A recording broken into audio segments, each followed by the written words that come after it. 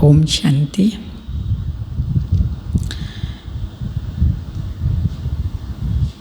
बाबा के आज के महावाक्य, जिसमें बाबा ने कहा है योग पर पूरा अटेंशन दो, फिर देखो कि उस योग की रिजल्ट क्या होती है। जब योग में अच्छे से रहते हैं, निरंतर रहते हैं, तो बाबा ने कहा बहुत सी विशेषताएं जीवन में आ जाती हैं। और वर्तमान समय बाबा दशा की बात कह रहे हैं। बृहस्पति की दशा बैठ जाती है, और वह बृहस्पति की दशा जिसको कहते हैं वृक्षपति शिव बाबा की छत्र छाया हम कहेंगे, बाबा की याद में हैं तो बाबा की छत्र छाया में रहते हैं, और उससे हमारे जीवन में बहुत सारे फायदे होते हैं। तो सुनते हैं 4 तारीख के बाबा के साकार अनमोल धारणा युक्त महावाक्य। मीठे बच्चे, याद में रहने से अच्छी दशा बैठती है। अभी तुम्हारे पर बृहस्पति की दशा है, इसलिए तुम्हारी चढ़ती कला है। क्वेश्चन, यदि योग पर पूरा अटेंशन नहीं है तो उसकी रिजल्ट क्या होती है? निरंतर याद में रहने की युक्तियाँ क्या हैं? आंसर है, अगर योग पर पूरा अटेंशन नहीं है तो चलते चलते माया की प्रवेशता हो जाती है, गिर पड़ते हैं। दूसरा, देही अभिमानी बन अनेक भूलें होती रहती हैं। माया उल्टे कर्म कराती रहती है, पतित बना देती है। निरंतर याद में रहने के लिए मुख में मुलाहरा डाल दो, क्रोध नहीं करो, देही सहित सब कुछ भूल मैं आत्मा परमात्मा का बच्चा हूँ, यह अभ्यास करो। योग बल से क्या क्या प्राप्तियाँ होती हैं उन्हें स्मृति में रखो। प्राप्तियाँ सामने होंगी तो प्राप्ति कराने वाला स्वतः ही याद होगा। गीत ओम नमो शिवाय। ओम शांति। मीठे मीठे रूहानी बच्चों ने अपने रूहानी बाप शिव बाबा की महिमा सुनी। जब पाप बढ़ते हैं अर्थात मनुष्य पापात्माएं बन जाते हैं, तभी पतित पावन बाप आते हैं, आकर के पतितों को पावन बनाते हैं। उस बेहद के बाप की महिमा है, उसको वृक्षपति भी कहा जाता है। इस समय बेहद के बाप द्वारा बेहद की दशा बृहस्पति की तुम पर बैठी हुई है। खास और आम 2 अक्षर होते हैं ना, इनका भी अर्थ यहाँ ही सिद्ध होता है। बृहस्पति की दशा से खास भारत जीवन मुक्त बन जाता है, अर्थात अपना स्वराज्य पद पाते हैं। क्योंकि सच्चा बाप जो है, जिसको ट्रुथ कहते हैं, वह आकर हमको नर से नारायण बनाते हैं। बाकी जो हैं वह नंबरवार अपने अपने धर्म के सेक्शन में जाकर बैठेंगे और आएंगे भी नंबरवार। कलयुग अंत तक आते रहते हैं। हर एक आत्मा को अपने अपने धर्म में अपना अपना पार्ट मिला हुआ है। राजाई में राजा से लेकर प्रजा तक सबको अपना अपना पार्ट मिला हुआ है। नाटक है भी राजा से लेकर प्रजा तक, सबको अपना अपना पार्ट बजाना होता है। अब बच्चे जानते हैं हमारे ऊपर बृहस्पति की दशा बैठी है। ऐसे नहीं एक दिन बैठती है, नहीं, तुम्हारी बृहस्पति की दशा चल रही है। अभी तुम्हारी चढ़ती कला है, जितना याद करेंगे उतना चढ़ती कला होगी। याद भूलने से माया के विघ्न आते हैं, याद से दशा अच्छी बैठती है। अच्छी रीति याद नहीं करेंगे तो जरूर गिरेंगे ही, फिर उनसे कुछ न कुछ भूलें होंगी।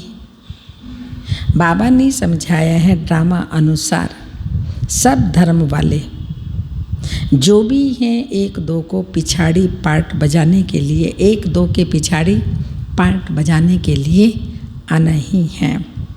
बच्चे जानते हैं स्वर्ग की दशा अर्थात जीवन मुक्ति की दशा अब हमारे ऊपर बैठी है। ये ड्रामा का चक्र कैसे फिरता है इसको भी डिटेल में समझना है। ये सारी सृष्टि ड्रामा का चक्र खास भारत पर बना हुआ है। बाप भी भारत में ही आते हैं। गाया हुआ है आश्चर्यवत सुनंती कथंती भागंती आदि आदि। चलते चलते माया की प्रवेशता होने के कारण गिर जाते हैं। पूरा अटेंशन नहीं देते योग पर। गिरने का कारण है कोई भी भूल होने का कारण है, गलती होने का कारण है योग की कमी। फिर बाप आकर संजीवनी बूटी देते हैं अर्थात सुरजित करने वाली बूटी देते हैं। हनुमान भी तुम हो, बाप ने समझाया है। इस समय रावण को भगाने के लिए यह बूटी सूंघा देता हूँ। बाप तुमको सब सत्य बातें बताते हैं। सत्य है ही एक बाप जो आकर के तुमको सत्य नारायण की कथा सुनाई, सत्युग स्थापन करते हैं। इनको कहा जाता है ट्रुथ, सत्य बताने वाला। तुमको कहते हैं तुम शास्त्रों को मानते हो? मानते हो? बोलो हाँ। हम शास्त्रों को क्यों नहीं मानते? जानते हैं ये सब भक्ति मार्ग के शास्त्र हैं। यह तो हम मानते हैं ज्ञान और भक्ति दो चीज़ हैं। जब ज्ञान मिलता है फिर भक्ति की क्या दरकार। भक्ति माना उतरती कला, ज्ञान माना चढ़ती कला। इस समय भक्ति चल रही है। अभी हमको ज्ञान मिला है जिससे सद्गति होती है। भक्तों की रक्षा करने वाला एक ही भगवान है। रक्षा दुश्मन से की जाती है तो बाप कहते हैं मैं आकर तुम्हारी रावण से रक्षा करता हूँ। देखते हो ना रावण से कैसे रक्षा होती है। इस रावण पर जीत पानी है तो बाप समझाते हैं मीठे बच्चे, इस रावण ने तुमको तमो प्रधान बनाया है। सत्य को कहा जाता है सतो प्रधान स्वर्ग। फिर कला कम होती जाती है। अंत में जब बिल्कुल ही देह अभिमान में आ जाते हैं तो पतित बन जाते हैं। नया मकान बनता है मास के बाद अथवा 6 मास के बाद कुछ न कुछ कला कम हो जाती है। हर वर्ष मकान को पोछी लगाते हैं ना, वाइट वॉश करते हैं।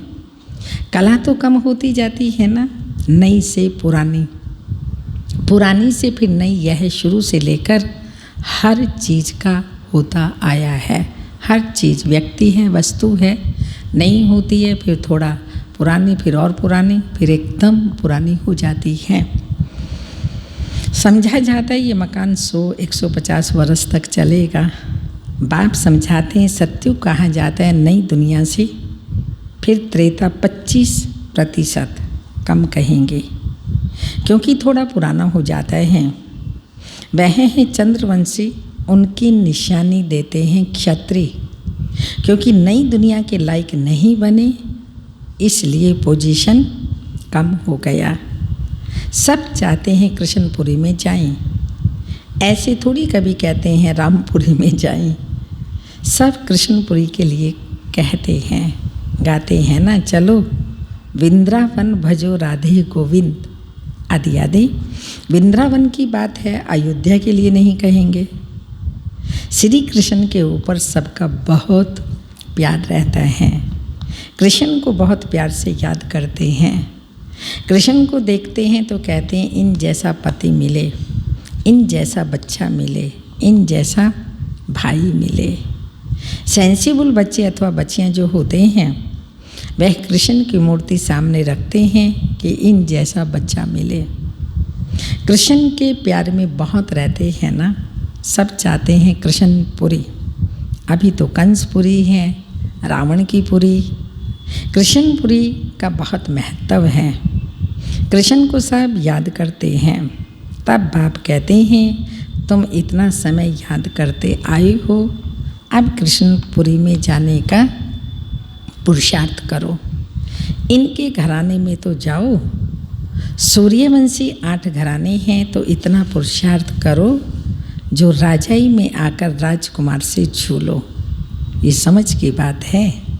तो बाप कहते हैं बच्चे जितना हो सके, क्या कहते हैं बाबा, बच्चे जितना हो सके मन मना भाव रहो। याद में ना रहने से गिर पड़ते हैं। ज्ञान कब गिराता नहीं है। याद में नहीं रहते तो गिर पड़ते हैं। इस पर ही अल्लाह अवलदीन हाथ मताई के नाटक भी बने हुए हैं। याद में रहने के लिए ही मुख में मुल्हारा डाल देते हैं। किसी को क्रोध आता है तो बोल पड़ते हैं, इसलिए कहते हैं मुख में कुछ डाल दो। बात ही नहीं करे तो क्रोध आएगा ही नहीं। तो बाप कहते हैं कभी भी कोई पर बाप कहते हैं कभी भी कोई पर क्रोध नहीं करो, परंतु इन बातों को पूरा ना समझकर शास्त्रों में कुछ न कुछ डाल दिया है। बाप यथार्थ बैठ बात समझाते हैं। बाप जब आए तब तो आकर समझाई ना। जो होकर जाती हैं उन्हों की महिमा गाई जाती है। टैगोर झांसी की रानी होकर गई है, उनके भी नाटक बनाते हैं। अच्छा, शिव भी होकर गए तब तो शिव जयंती मनाते हैं ना। परंतु शिव कब आया, क्या आकर किया, यह पता नहीं। वह तो सारी सृष्टि का बाप है, जरूर आकर सबको सद्गति दी होगी। इस्लामी, बोधि आदि जो भी धर्म स्थापक होकर के गए हैं उनकी जयंती मनाते हैं। तिथि तारीख सभी की है, इनका किसी को पता नहीं। कहते भी हैं क्राइस्ट ने इतने वर्ष पहले, क्राइस्ट से इतने वर्ष पहले क्या था, पैराडाइज था। ये भारत पैराडाइज था। स्वास्तिका जब बनाते हैं तो पूरे 84 स्वास्तिका जब बनाते हैं तो उसमें 4 भाग करते हैं। 4 युग, 4 भाग माना 4 युग। आयु कम जास्ती हो न सके। चारों युगों की आयु इक्वल 1250 वर्ष है, कम जास्ती हो न सके। जगन्नाथपुरी में चावल का हांडा बनाते हैं, पूरे 4 भाग हो जाते हैं। बाप कहते हैं ये भक्ति मार्ग की अगड़म बगड़म कर दिया है। अब बाप कहते हैं देही सहित सब कुछ भूल जाओ, मैं आत्मा हूँ, परम पिता परमात्मा का बच्चा हूँ। ये अभ्यास करो। सारा दिन चलते फिरते उठते बैठते ये अभ्यास करो, मैं आत्मा हूँ और परम पिता परमात्मा का बच्चा हूँ। ये अभ्यास रखो। बाबा स्वर्ग का रचयिता है, तो जरूर हमको स्वर्ग में भेजा होगा, नरक में तो नहीं भेजेंगे। बाप किसी को भी नरक में नहीं भेजते हैं। पहले पहले सब सुख ही भोगते हैं, पहले सुख पीछे दुख। बाप तो सबका दुख हरता सुख करता है ना। आत्मा पहले सुख फिर दुख देखती है। विवेक भी कहता है हम पहले सतो प्रधान फिर सतो रजो तमो में आते हैं। मनुष्य भी समझते हैं विलायत वाले सेंसिबल हैं, वहाँ तो बम्स ऐसे बनाते हैं जो फट से खलास हो जाएंगे। जैसे आजकल मुर्दे को बिजली पर फट से ख़त्म कर देते हैं, ऐसे बम्स फेंकने से आग लग जाती है तो मनुष्य झट खत्म हो जाएंगे। भंबूर को आग लगनी है। तूफान ऐसे आते हैं जो गांव के गांव ख़त्म हो जाते हैं। फिर उस समय ऐसा कोई प्रबंध नहीं रहता जो बचाव कर सके। विनाश तो होना ही है। पुरानी दुनिया ख़त्म होनी है। गीता में भी वर्णन है, तो बाप ने समझाया है यूरोपवासी बॉम्ब्स ऐसे छोड़ेंगे जो पता भी नहीं पड़ेगा। तुम बच्चे जानते हो कल्प पहले भी विनाश हुआ था। बच्चों के लिए नई बात नहीं है, कल्प कल्प होता आया है, कल्प पहले भी हुआ था, अब फिर होने वाला है। तुम भी कल्प पहले माफिक पड़ रहे हो। धीरे धीरे झाड़ वृद्धि को पाता रहेगा। वृद्धि होते होते फिर स्थापना हो जाती है। माया के तूफान बहुत अच्छे अच्छे फूलों को भी गिरा देते हैं। योग में पूरा नहीं रहते तो माया विघन डालती है। बाप का बच्चा बन पवित्रता की प्रतिज्ञा कर, फिर अगर विकार में गिरते हैं तो नाम बदनाम कर देंगे। फिर धक्का बहुत ज़ोर से आ जाता है। बाप कहते हैं ये काम की चोट कभी नहीं खाना। बच्चे जानते हैं यहाँ रक्त की नदियाँ बहनी हैं। भारत में खूने नाहिक खेल होंगे, रक्त की नदियाँ बहेंगी। सतयुग में दूध की नदियाँ बहती हैं। वह है नई दुनिया, यह है पुरानी दुनिया। कलयुग में देखो क्या है, नई दुनिया के वैभव तो देखो, यहाँ तो कुछ भी नहीं है। बच्चियाँ साक्षात्कार में जाकर देख करके आती हैं। सूक्ष्म वतन में सोबी रस पिया, यह किया, तो यह सब साक्षात्कार होते हैं। बतलाते हैं मूल वतन में जाते हैं, बाबा बैकुंठ में भेज देते हैं। ये सब साक्षात्कार आदि की ड्रामा में नोंद है। इनसे कुछ मिलता नहीं। बहुत बच्चियाँ सूक्ष्म वतन में जाती थी, शोभी रस पीती थी, और आज है नहीं। अच्छे अच्छे फर्स्ट क्लास बच्चे गुम हो गए। बहुत ध्यान दीदार में जाने वालों ने जाकर के शादी की। वंडर लगता है माया कैसी है, तकदीर कैसे उल्टी पलट जाती है। बहुतों ने अच्छे अच्छे पार्ट बजाए, बहुत मदद की आई वेल में, तो भी आज है नहीं। तब बाप कहते हैं माया तुम बड़ी ज़बरदस्त हो। माया से तुम्हारी युद्ध चलती है। इसको कहा जाता है योग बल की लड़ाई। योग बल से क्या प्राप्ति होती है यह किसी को पता नहीं। सिर्फ भारत का प्राचीन योग कहते हैं तो मीठे मीठे बच्चों को योग के लिए ही समझाया जाता है। प्राचीन राज्यों गाया हुआ है, तो जो भी फिलोसफर आदि हैं, यह स्पिरिचुअल नॉलेज तो कोई को है ही नहीं। रूहानी बाप ही ज्ञान का सागर है, उनको ही शिवाय नमः गाते हैं, उनकी ही महिमा है। बाप आकर तुमको कितना ज्ञान समझाते हैं। इसको ज्ञान का तीसरा नेत्र कहा जाता है। और कोई की ताकत नहीं जो अपने को त्रिकालदर्शी कह सके। त्रिकालदर्शी सिर्फ ब्राह्मण ही होते हैं, जिन ब्राह्मणों द्वारा यज्ञ रचा है। कौन से ब्राह्मण? जिनके द्वारा शिव बाबा आकर के ये यज्ञ रचते हैं। रुद्र ज्ञान यज्ञ है ना, रुद्र शिव को ही कहते हैं। अनेक नाम रख दिए हैं, हर एक देश में नाम अलग अलग बहुत हैं। सिवाय एक बाप के और किसी के इतने नाम है ही नहीं। बबुलनाथ भी इनको कहते हैं।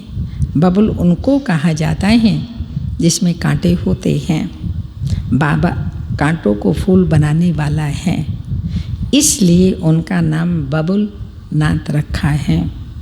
बॉम्बे में वहाँ बहुत मेला लगता है, अर्थ कुछ नहीं समझते। बाप बैठ समझाते हैं, उनका राइट नाम है शिव। व्यापारी लोग भी बिंदी को शिव कहते हैं। 1 2 गिनती जब करते हैं 10 पर आएंगे, कहेंगे शिव। बाप भी कहेंगे मैं बिंदु हूँ स्टार। बहुत लोग ऐसे डबल तिलक भी देते हैं, माता और पिता। ज्ञान सूर्य, ज्ञान चंद्रमा की निशानी है, वह अर्थ नहीं जानते। तो बाबा योग पर समझा रहे थे, योग कितना मशहूर है। अभी तुम बच्चे योग अक्षर छोड़ दो, क्या करो? याद करो। बाबा कहते हैं योग अक्षर से समझेंगे नहीं। कहाँ थी आप? बाबा के पास कहीं और? हाँ, योग अक्षर से समझेंगे ही नहीं, याद से समझेंगे। बाप को बहुत याद करना है। उनको क्या कहा जाता है? शिव बाबा को उनको बहुत याद करना है। तो उनको कौन बहुत याद करता होगा? तो उस हिसाब से संबंध बताइए। उनको साजन भी कहा जाता है। पटरानी बनाते हैं ना, विश्व की राजधानी का वर्षा बाप देते हैं। सतयुग में एक बाप होता है, भक्ति में 2 और ज्ञान मार्ग में अभी तुम्हें तुम्हारे को कितने बाप? 3 बाप हैं। कितना वंडर है। तुम अर्थ सहित जानते हो। सतयुग में है ही सब सुखी, इसलिए पारलौकिक बाप को जानते ही नहीं। अभी तुम तीनों बाप को जानते हो। कितना सहज समझने की बातें हैं। अच्छा, मीठे मीठे सिक्की लदे बच्चों प्रति माता पिता बाप दादा का याद प्यार। Good morning, diamond morning. रूहानी बाप की रूहानी बच्चों को नमस्ते। हम रूहानी बच्चों की रूहानी माता पिता बाप दादा को याद प्यार। गुड मॉर्निंग, डायमंड मॉर्निंग, ओम नमस्ते। धारणा के लिए मुख्य सार हैं। याद में रहने के लिए मुख से कुछ भी बोलो नहीं। मुख में मुलहरा डाल दो तो क्रोध खत्म हो जाएगा। कहीं कोई पर क्रोध नहीं करना है। कोई कैसा भी है, कुछ भी है, पर हमें क्रोध नहीं करना है। सेकंड पॉइंट, इस दुख धाम को अब आग लगनी है, इसलिए इसे भूल नई दुनिया को याद करना है। बाप से जो पवित्र रहने की प्रतिज्ञा की है, उसमें पक्का रहना है। वरदान, पवित्रता के आधार पर सुख शांति का अनुभव करने वाले नंबर 1 अधिकारी भव। पवित्रता माँ है, सुख शांति दोनों बच्चे हैं। तो इस पवित्रता के आधार पर ही सुख शांति का हम अनुभव कर सकते हैं और कर रहे हैं। जो बच्चे पवित्रता की प्रतिज्ञा को सदा स्मृति में रखते हैं, उन्हें सुख शांति की अनुभूति स्वतः होती है। पवित्रता का अधिकार लेने में नंबर 1 रहना, अर्थात सर्व प्राप्तियों में नंबर 1 बनना। इसलिए पवित्रता के फाउंडेशन को कभी कमजोर नहीं करना, तभी लास्ट सो फास्ट जाएंगे। इसी धर्म में सदा स्थित रहना। कुछ भी हो जाए, चाहे व्यक्ति, चाहे प्रकृति, चाहे परिस्थितियाँ कितना भी हिलाए, लेकिन धरती पर ये धर्म ना छोड़िए। प्रकृति भी हिलाएगी, मानसिक बीमारी भी आएगी, शारीरिक बीमारी भी आएगी, व्यक्तियों द्वारा भी बातें आएंगी, लेकिन धरती पर ये धर्म ना छोड़िए। स्लोगन, व्यर्थ से इनोसेंट बनो तो सच्चे सच्चे सेंट बन जाएंगे। व्यर्थ से इनोसेंट बनो तो सच्चे सच्चे सेंट बन जाएंगे। आज की तपस्या की पॉइंट है, फरिश्ता उड़ता है, चलता नहीं। फरिश्ता कोई आवाज़ भी नहीं करता। फरिश्तों के कर्म, फरिश्तों की चलन ऐसी होती है बिना आवाज़ के। अभी हम वर्तमान समय फरिश्ते बन रहे हैं, क्योंकि ब्राह्मणों का लक्ष्य है ब्राह्मण सो फरिश्ता देवता सतयुग में बनेंगे। इसलिए चलते फिरते उठते बैठते एकदम आवाज़ से परे, चले गए, क्रॉस कर गए, किसी को पता भी ना पड़े। कर्म कर रहे हैं एकदम साइलेंस में, जो किसी को मालूम भी ना पड़े, एकदम आवाज़ से परे। आप सभी भी उड़ती कला में उड़ते रहो। इसके लिए डबल लाइट बनो। जो किसी भी प्रकार का बोझ मन में बुद्धि में है, वह बाप को दे दो। आप बोझ लो ही नहीं। जो भी है मन में या किसी भी प्रकार का बोझ, बाबा को दे दो। आपसे नहीं संभलता, बोलो बाबा आप संभालो। फिर बाबा जाने और बाबा का कार्य। आप सदा लाइट रहो तो माइट शक्तिशाली बन जाएंगे। दीदी जी की शिक्षा है हर बात में पहले अपना दोष निकालना। अक्सर हम लोगों की दोष दृष्टि बन गई है, फलाने का, इसका, उसका, पर अपना दोष निकालेंगे तब परिवर्तन और उन्नति संभव है। हमारे पुरुषार्थ की पहली सीढ़ी है कौन सी? पुरुषार्थ की पहली सीढ़ी है देह सहित, देह के सब संबंधों से उपराम। लेकिन अभी तक इस सीढ़ी पर कहीं तो चढ़े ही नहीं हैं। इसके लिए याद रहे कि प्रीत एक बाप से और दुनिया से केवल रीति निभानी है, जिसको बाबा कहते तोड़ निभाना है, जोड़ना बाबा से है, पर प्रीत एक बाप से और बाकी सबसे प्रीत निभानी है, जोड़ना बाबा से ही है। मेरा तो एक शिव बाबा, दूसरा ना कोई। ये है बड़ी दीदी जी की शिक्षा जो हमें अमल में लानी है। ओम शांति।